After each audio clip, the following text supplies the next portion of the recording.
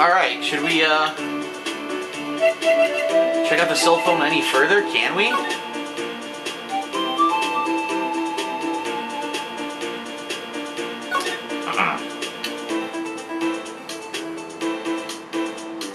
Zoom in on this. All there is a read dial button, it looks like. Yeah. There's no need to push this again. What's wrong? You look like I do during finals. Never mind, it's nothing. Alright. Just keep looking around.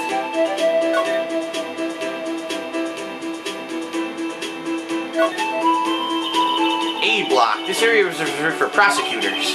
Defense attorneys are relegated to B block. I dream of the day when I'll be able to park my car here. I'll go over to B block to buy my hamburgers from you, Mr. Wright. I'm not planning on giving up my job that soon. What's this? Looks like a note of some sort. Look, something's written on it. 675-12-2. You're right, let's see. 67, oh, it's an S. 67S, 12-2. There's a name printed on the paper above that, Goodman. Maybe it fell out of his pocket when he was killed. Well, so, what does it mean, Mr. Wright? How am I supposed to know? Note to self, for deductive reasoning, go to Edgeworth, not Wright. I'm sure Edgeworth wouldn't know what this means either. Goodman's note's been added to the court record. This rope, is it? Yup. They laid it in the outline of the victim's body. So wait, the victim must have died when the killer closed the trunk on him. You've got to be the only person I know that would come to that conclusion. This appears to be the car where the body was found. It looks like the lock on the trunk is busted. The crime took place in the underground parking lot at the prosecutor's office. The body was found in the trunk of my subordinate's car. Quite a luxury car. It just screams I have money to burn. Yeah, prosecutors get the big bucks. B block is through here. That's where the visitors park. I can see the Lunchland car over there far in the distance.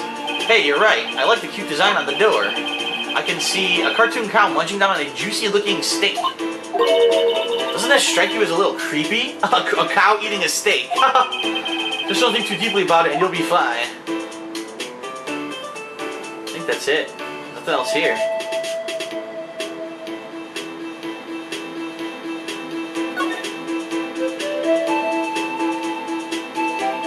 That's it.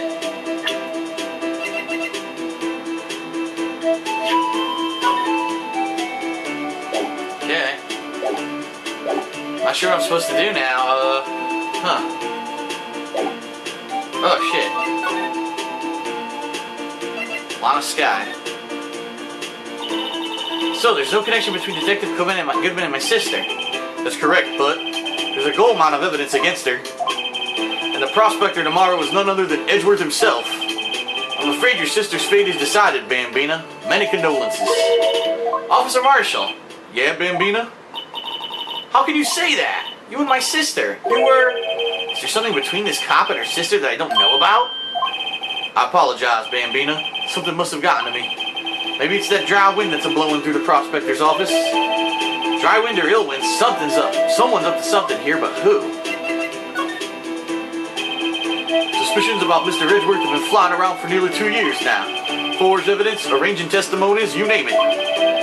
Oh wait, that was Phoenix, oops. He was unbeatable because he did whatever it took to win. Unbeatable, that is, until he met you. But rumors are just rumors, aren't they? These are prosecutors we're talking about. Evidence is everything to them. If you follow the rumors about Edgeworth to their source, you'll find one person. But they're off limits. Untouchable, you might say. One person? Who? Bambina, it's your sister, Chief Prospector Lana Sky. What? My sister? Edgeworth couldn't rustle all those cattle by himself. Some people load their guns with bullets, some people load them with deals. What you're saying, Edgeworth... What? You're saying Edgeworth is making deals to win trials? Where there's gunshots, there's bound to be bullets. That's what the old-timers say. There's a big old secret hidden around here somewhere. Everyone knows it. Is that why Detective Gumshoe was taken off the case? Did they target him because he was closest to Edgeworth? So, well, how are we doing, Mr. Wright? I guess we got some clues. We have an autopsy report, a note from the victim, a cell phone. So, you think we'll be okay? Well, the only thing still bothering me is that Lana is confessing the crime. She says she did it. No problem. I can guarantee that she's not the criminal. Oh, by the way, Emma? Yes? I know that song your phone plays when it rings. What? Pete, it's the Steel Samurai theme song, isn't it? That popular TV show for kids? The phone that just rang wasn't mine. It was yours. At 5:18, just after the murder took place, your sister called you, didn't she, Emma? I'm sorry. Can you tell me what you talked about? She hung up right away. I see. Cell phone added to the court record. The detective is murdered and the suspect is the top prosecutor in the district. I've got a bad feeling about this. Like, maybe I still don't know everything that went on here. To be continued.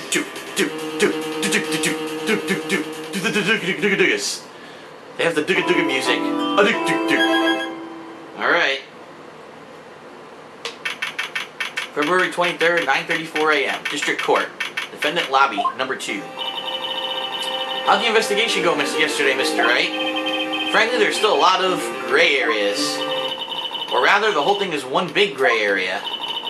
Don't worry about me no matter what the outcome. I'm ready to accept my fate. I believe in you, sis. Mr. Wright, let me offer you a word of advice. Yes? A defense attorney should never believe their client. Huh? The defendant is called to trial because they are suspected of wrongdoing. Never forget that. Miss Guy, you remind me a lot of Mia. But there's one decisive difference between you and her. And that is, you're not a defense attorney. I believe it's almost time for the trial. That was really stupid. Good luck, Mr. Wright. My first try without a Faye helping me. No one's gonna bail me out this time. What the? I'll be alone in there. So I have to discover the truth all by myself. Uh-oh. This ain't gonna be good. Let's do it, Mr. Wright. I'll be with you the whole way. Oof, here we go. 10 a.m. District Court. Courtroom number 9. The court is now in session for the trial of Miss Lana Skye. The defense is ready, Your Honor. The prosecution has been ready for a while, Your Honor. Edgeworth.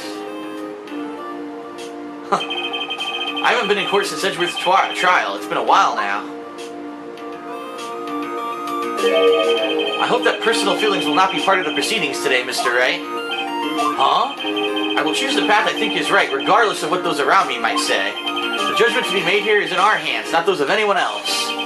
Very well, Mr. Edgeworth. Your opening statement, please. Chief Prosecutor Lana Skye has committed an unpardonable crime. Not only this, but she was rash enough to commit it in the prosecutor's office lock. Wow. He's much more forceful in person. I suddenly feel like confessing to everything. However, she will now pay for her rashness with her life. There was a witness to her crime. Professional witness. Well then, call your first witness, Mr. Edgeworth. Ho, ho, ho! Merry Christmas. The prosecution calls the first witness, Miss Angel Starr, to the stand. The cough-up queen. Alright, here we go. The hottie patati. Haven't I seen you somewhere? You ordered the caviar lunch, right? Ho ho, caviar! I've never eaten caviar before. The judge is really wolfing it down. And for you, I have a Fiesta Bowl. Thanks. Will the witness state her name and profession? And you, sir? Did you order the fingerprint lunchbox? It's too early for lunch. Your name and profession, please. Well, Your Honor, how does it taste? So this is why everyone raves about caviar. It's so tasty it hurts. I always thought caviar would taste like pickled tapioca. What the heck does pickled tapioca taste like?